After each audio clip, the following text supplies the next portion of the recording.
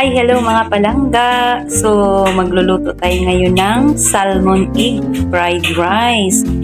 So, marami po tayong klaseng mga fried rice. So, ito na naman po ang ating iluluto, yung salmon. So, samahan nyo ako mga palangga. Ito po yung ating mga ingredients. Meron po tayong salmon slice. Very fresh yan mga palangga. Oh. Meron po tayong 3 egg, spring onion, at saka yung leftover na rice. So, ang gagawin natin, imamarinate po natin itong ating salmon.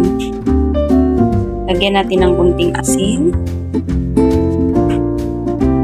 So, kailangan mga palangga, malinis po yung ating kamay. Okay? So, naghugas na po ako mga palangga. Lagyan natin ng asin. Irarab lang natin. Tapos, ipa-fry natin ito mga palangga. So, meron na po akong mainit na kawali dito. So, lagyan natin siya ng kunting oil.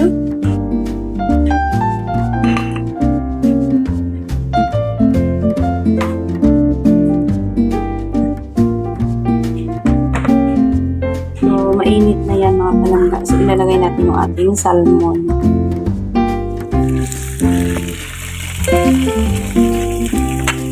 So, iprito muna natin yung ating salmon mga palangga.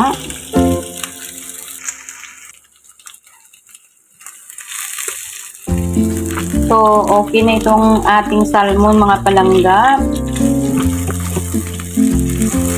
Ikot natin, luto na siya. Oh. So, pag naluto na siya mga palangga, isit aside natin siya. Dito gagamit tayo ng tissue para ma-absorb yung oil dyan. So, hayaan muna natin siya mga palangga. So, mag-prepare muna tayo ng ating spring onion.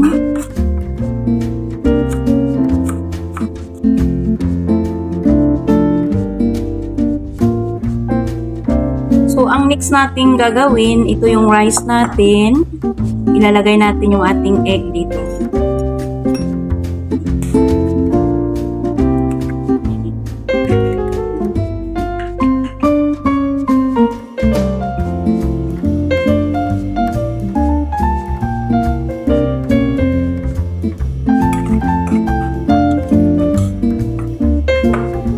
So, isit aside natin mga palangga ito. Gawin natin yung salmon na naman. So, kailangan papalamig-lamigin natin mga palangga para hindi siya mainit masyado. So, gagawin natin, kailangan malinis yung kamay natin. Hihimayin natin ito mga palangga. Tanggalan natin siya ng bone.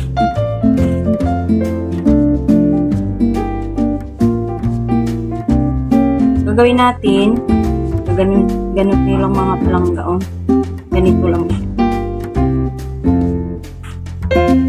So mga palangga, mag-start na po tayo na magluto ng ating salmon egg fried rice. So meron po tayong kawali dito. Dito tayo magluluto mga palangga. So kailangan mainit na mainit yan. So maglagay tayo ng oil.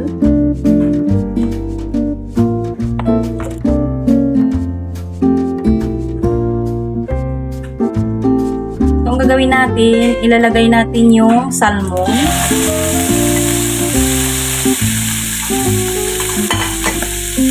Maglagay tayo ng kunting black pepper.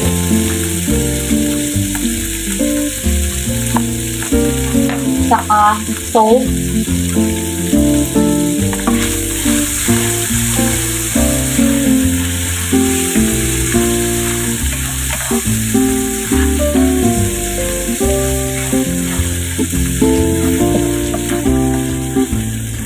So, isit aside natin mga palangga, tapos ilagay natin ang ating rice.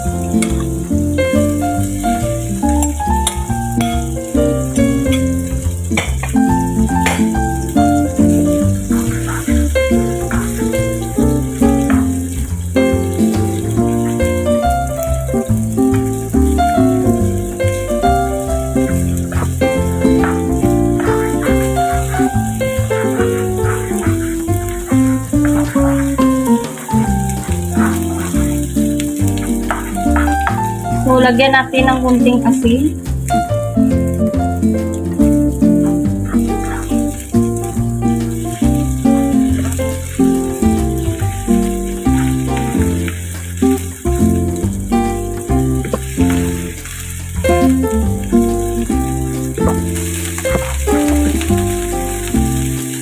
So, mabilis lang siya iluto mga palangga. Gustong gusto po ito na ating mga kids. So, lagyan natin ng konting spring onion.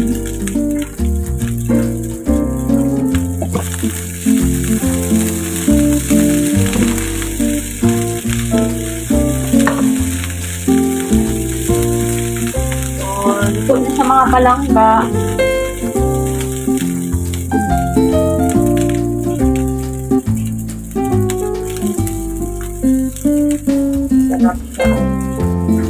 Very easy lang siya iluto.